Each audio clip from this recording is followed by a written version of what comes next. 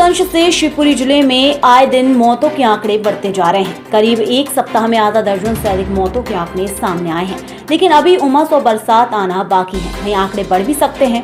हालांकि अलग अलग प्रजाति के सर्प होते हैं, इनका सबका अलग अलग काटने का अपना अपना तरीका होता है। डॉक्टर का कहना है कि झाड़ फूंक से बचे, सीधा उपचार कराएं और जब सर्प काटता है वहाँ एक कपड़े से जरूर बांधे। देखिए क्या बोले हमसे एचओडी डॉक्टर रितेश यादव। नमस्कार, आप देख रहे हैं न्यूज़ इंडिया न्यूज़ और हम लगातार ज़िले में देख रहे हैं कई ऐसे आंकड़े सामने आ रहे हैं जिनसे सर्पदंश से लोगों की आए दिन मौत हो रही है। और हम समझें कि कहीं ना कहीं अंधविश्वास के कारण अधिकतर ये ऐसे मामले सामने आते हैं। ऐसे में हम मेरे साथ में हैं डॉक्टर रितेश यादव। हम जानना चाहेंगे कि किस तरीके से ये सर्पदंश से जब वो सर्प काटता है तो किस तरीके से इसका उपचार होता है, क्या है पूरी घटना के बारे में, ये से हमें समझाएंगे विस्तार से। सर, स्वागत है आपका न्यूज़ इंडिया में। नमस्ते जी। सबसे पहले अगर किसी व्यक्ति को सर्प के द्वारा काटा जाता है तो सबसे पहला स्टेप होता है कि घबराए नहीं हो। जी। हमेशा क्या होता है कि मरीज इतना ज़्यादा घबरा जाता है तो उसकी घबराहट की वजह से उसको ज़्यादा परेशानी होने लगती है। इंडिया में 90% सांप जो हैं वो जहरीले नहीं हैं। जी। तो 90% सांप तो ऐसे होते हैं जहर है ही नहीं, तब भी अपन डर रहे उस चीज़ से। जी जी। ऐसा नहीं होना चाहिए। अगर किसी व्यक्ति को सांप काट गया तो अब मरीज को तो नहीं पता कि जहरीला है कि नहीं है। जी जी। तो उसको क्या करना चाहिए, सबसे पहले एक 4 इंच का कपड़ा, जी, जिस जगह पर सांप ने काटा है उस जगह को 4 इंच के कपड़े से टाइटली बांध लेना चाहिए। जी। रस्सी से नहीं। जी जी। बात समझ रहे? हाँ। रस्सी या धागे का प्रयोग नहीं करना चाहिए। 4 इंच मोटा कपड़ा उसके पूरे के ऊपर ऐसे बांध लेना चाहिए। अच्छा। बस उसको ऐसे बांध के नज़दीकी अस्पताल में आना चाहिए। जो भी नज़दीकी अस्पताल हो या फिर वहाँ पर अस्पताल ना हो तो जो भी साधन हो, किसी भी बड़े अस्पताल में, मेडिकल कॉलेज हो गया, जिला चिकित्सालय, उसको आना चाहिए तुरंत। ये सबसे फर्स्ट स्टेप है उसमें। जी। और उसमें सबसे बड़ा चीज़ है कि जो पेशेंट देख रहे हैं यहाँ पे पिछले 3-4 साल से, आधे 90% लोग झाड़ फूंक में समय बर्बाद करते हैं।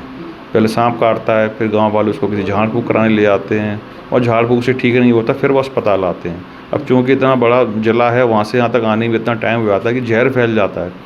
फिर वो कई बार क्या होता है कि पेशेंट आने से पहले ही मृत हो जाते हैं। तो सबसे बड़ा इम्पोर्टेंट कारण है कि इस पर झाड़ फूंक के उसमें नहीं पड़ना है। आपको अगर सांप ने काटा है तो आप सबसे पहले अस्पताल आइए, हाथ पे कपड़ा बांध के।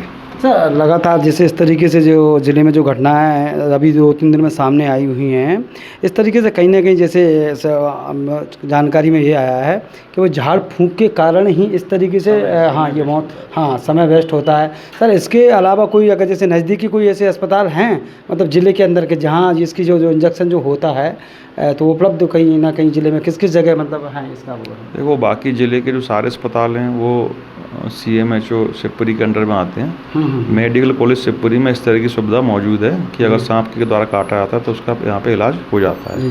और इस तरह की जानकारी आपकी जो भी जवाब है वो CMHO सर से ले पाएंगे, उनको जानकारी होगी इस चीज़ की कि वहाँ पे किस तरह का वो है। बाकी मेडिकल कॉलेज शिवपुरी में तो सांप की काटे का उपचार बिल्कुल प्रमुखता से होता है और 2-3 साल से हम लगातार कर ही रहे हैं। हमारे यहाँ पे लगभग 2-3 साल में लगभग 99% पेशेंट ठीक हो गए हैं यहाँ से।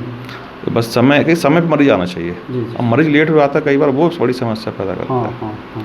क्योंकि अब 70 किलोमीटर दूर से आएगा तो वैसे ही 2 घंटे लगना उसको आने में। फिर झाड़ फूंक कराने चला गया तो 5-7 घंटे और वेस्ट होना उसको। तो वो सबसे इम्पोर्टेंट टाइम, सांप काटे व्यक्ति में टाइम का बड़ा इम्पोर्टेंट है। टाइम जितना जल्दी आएगा उतना अच्छा काम करेगा दवाई उसके ऊपर।